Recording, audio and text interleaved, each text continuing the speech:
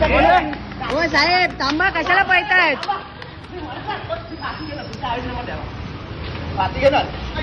गरीब माणसाला तुम्ही तंग करता, अजून काय नाही हे करणार. यांच्या नंबर प्लेट नाही, गायब आहे.